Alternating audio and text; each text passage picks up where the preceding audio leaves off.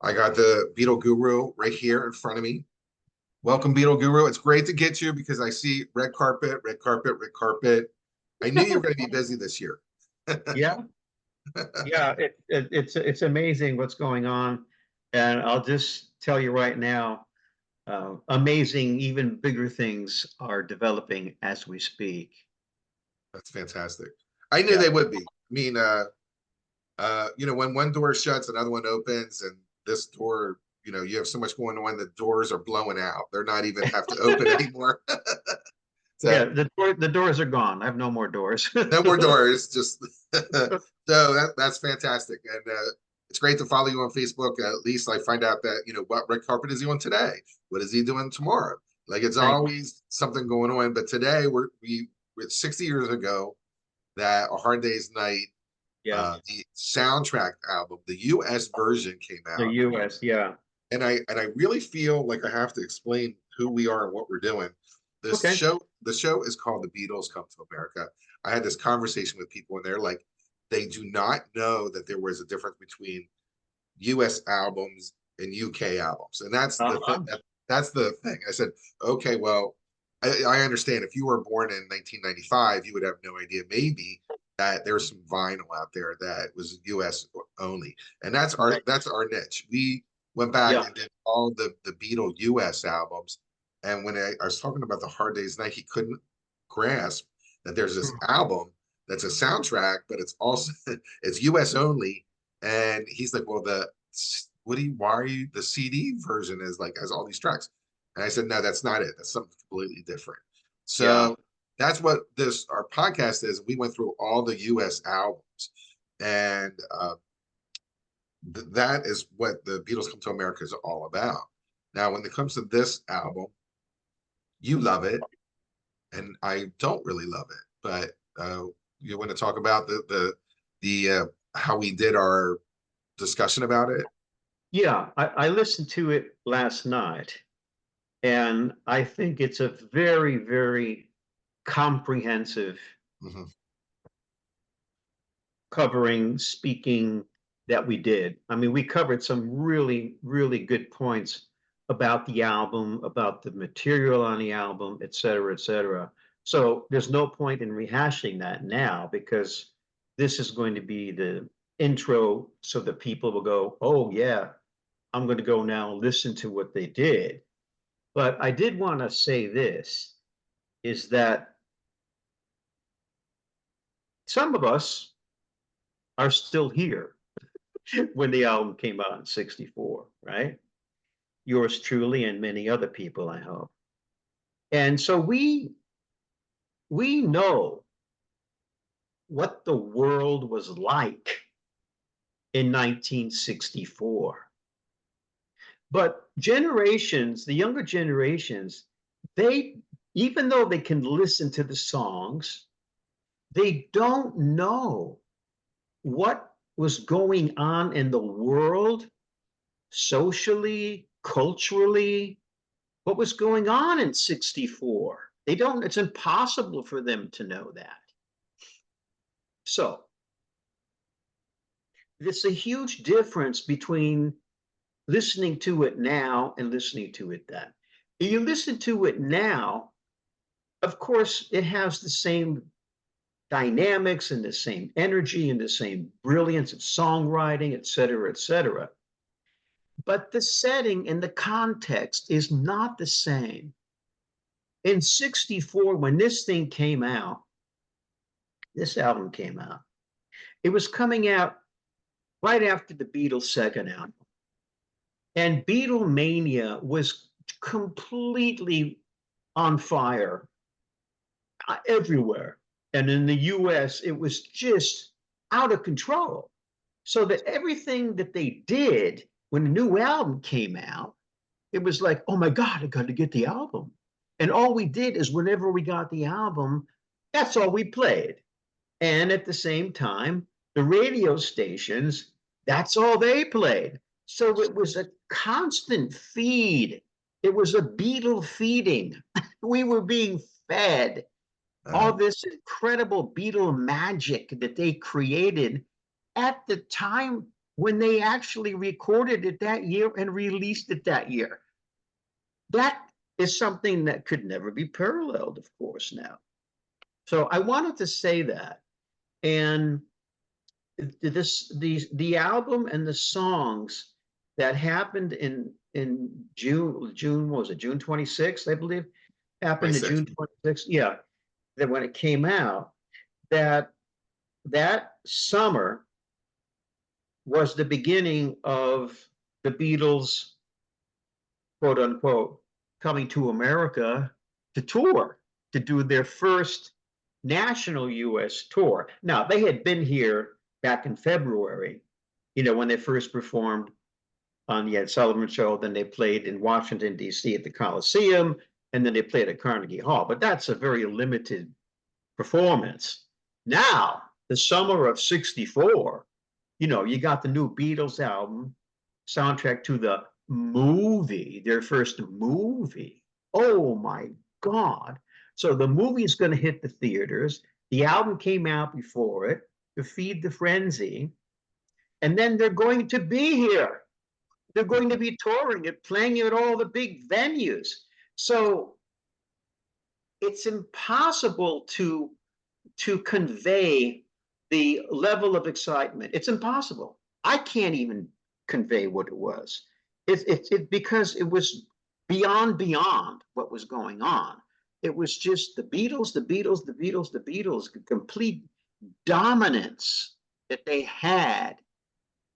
And so the best that people can do now is to listen to the album and knowing perhaps a little bit about what I'm saying and get a sense of the context, the historical context of what was going on in the summer and June of 1964. I just wanted to say that.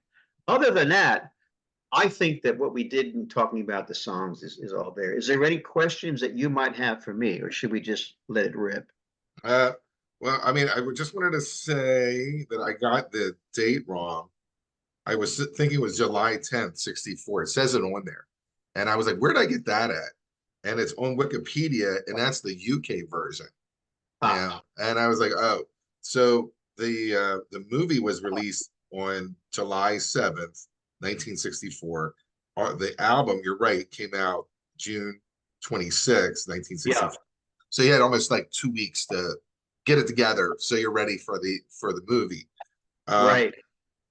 the when we did this recording, when you're a Beatle fan, and I go through this like thing where we're talking about the Beatles and I'm saying something kind of negative, and I was like, you're like, well, you don't like the Beatles. Like it happens, it's like I like the Beatles, but I'm doing a little critique.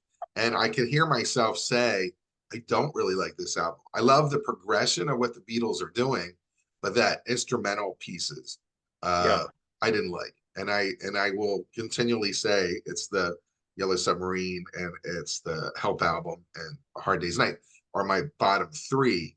Now I'm like, okay, at least the Hard Day's Night one, it feels like karaoke. You can sing to those songs. Yeah, so you have those instrumentals that you can sing your heart out to, and they're pleasant, and the soundtracks are cool. But I was afraid to say I don't really like this album because now I do love the Hard Day's Night UK version that we have now. It's to me, it's a piece of art. So that weird like stepping on like how far can I go? I mentioned it, and I think I've deleted a little that conversation that we were talking about. I think this is a great album, and what it is, it's a as you were talking about as mania, it's a it's a total document as to the craziness that happened 60 years ago. yes, absolutely. Absolutely. And the thing about the US album is, and again, we talked about this, but the instrumentals, right, that are on the album, they had to, United Artists had to put them in because there were only 8 songs to flesh out an album. Otherwise, it would have been like an extended EP or something, really. So that's one of the reasons why they did that.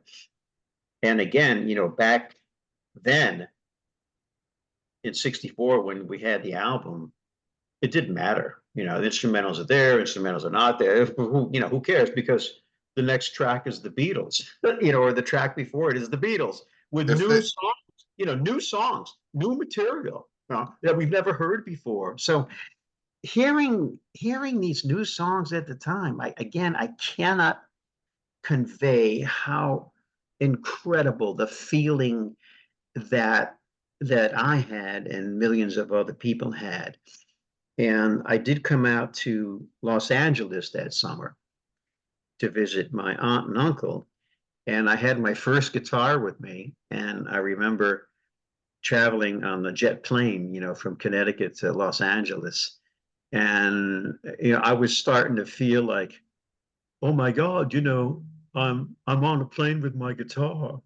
It's kind of like, I'm traveling with my guitar, and so there was sort of like the very beginning for me of getting into the whole Beatle persona, which I did 64, summer 64. And then when I saw the movie, it was all over. The movie is just so incredible. Again, totally capturing the magic, the vitality and the energy and the magic of what was going on with them when they were filming this movie in '64.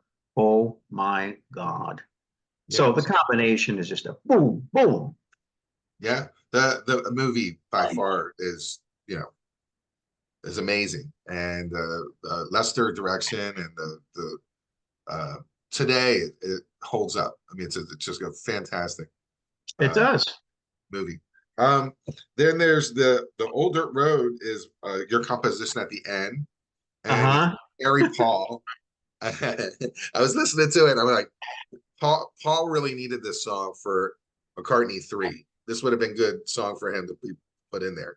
Yeah, Hey, it would Paul, listen to Tom. He's got a great idea here. Come have. on. Oh, It's a great song. Listen, Paul, Tom's saying so put it on your next album. that's right. Yeah, yeah. Why not? All those re-releases of 3, he could have, like, changed that up, put that song in there. Great Beatlesque kind of Paul McCartney song. That to boot. Thank you, So Tom. Appreciate that. That's a great compliment. Thank you. people want to stick around for that. So we're gonna end this. This is the year of Brooke. I knew he was gonna be busy. He got the 60-year anniversary. He's up and doing things. So the fact that I got a hold of him again, it's an honor. So uh, what we're gonna do now is we're gonna finish this conversation, and we were gonna follow up with the original uh, version of what we had done, the Hard Day's Night. And the Beatles Come to America, it's like it's done. We did it in 2020. It was released 2024, but today's 2024. It was all released through the year of 2021. Yeah. So don't be afraid to sample and finish it up. It's actually we get better and better as it goes along. So our passion level, and we were during COVID, so we had a lot of time to really get into our thoughts, and I think it really shows through that the what we were talking about on those albums. I know that the White Album, just one album, took us almost 2.5 hours to talk Oh, about.